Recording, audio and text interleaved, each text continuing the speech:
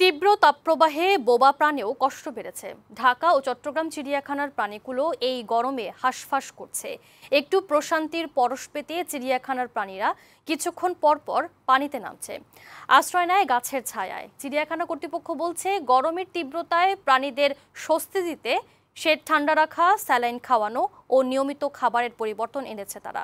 বিস্তারিত জানাচ্ছেন ফাহিম মোনায়েম। তীব্র গরমে ঢাকার মিরপুরে জাতীয় চিড়িয়াখানার বানর পানিতে সাঁতার কাটছে। দেখে মনে হতে পারে ভোঁদর মাছ খুঁজছে। গরমের তীব্রতা সহ্য করতে না পেরে বেশিরভাগ বানরই শরীর পানিতে ভিজিয়ে নিচ্ছে। পানিতে তাদের খুনসুটি দর্শনার্থীদের বিনোদনের খোরাক যোগায়।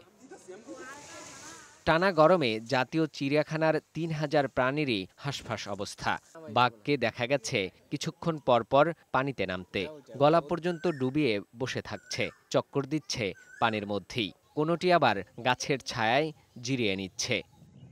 সিংহ ও হরিণগুলো দল বেঁধে গাছের ছায়ায় আশ্রয় নিয়েছে। চিড়িয়াখানার সব পশু পাখি অস্থির হয়ে পড়েছে তাপদাহে। খাবার গ্রহণে অনীহা দেখা দিচ্ছে। চিকিৎসকরা জানান, প্রাণীদের সুস্থ রাখতে ভিটামিন সি ও স্যালাইন দেওয়া হচ্ছে। আমরা শুরু থেকেই ইলেকট্রোলাইট ইমব্যালেন্স যাতে না হয় তার জন্য দিনের বেলা গ্লুকোলাইট, ইলেকট্রোমিন পাউডার এগুলো দিচ্ছি।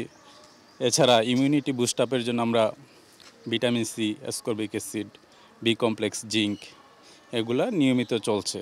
চিড়িয়াখানার কিউরেটর জানান, অতিরিক্ত গরমে মাংসাশী ও অন্য প্রজাতির প্রাণীর বেশি সমস্যা হয়। কিছুক্ষণ পর পর তাদের সাধারণ তাপমাত্রার পানি পান করতে দেওয়া হচ্ছে। এই সময়টাতে প্রাণীদের বাড়তি যত্ন নেওয়া হচ্ছে।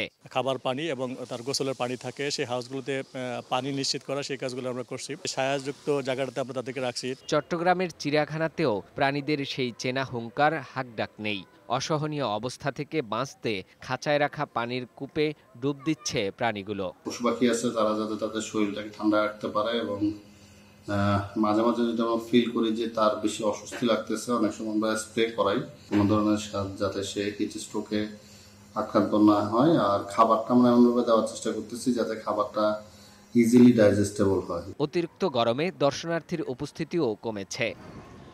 ফাহিম মোনায়েম, বৈশাখী সংবাদ, ঢাকা।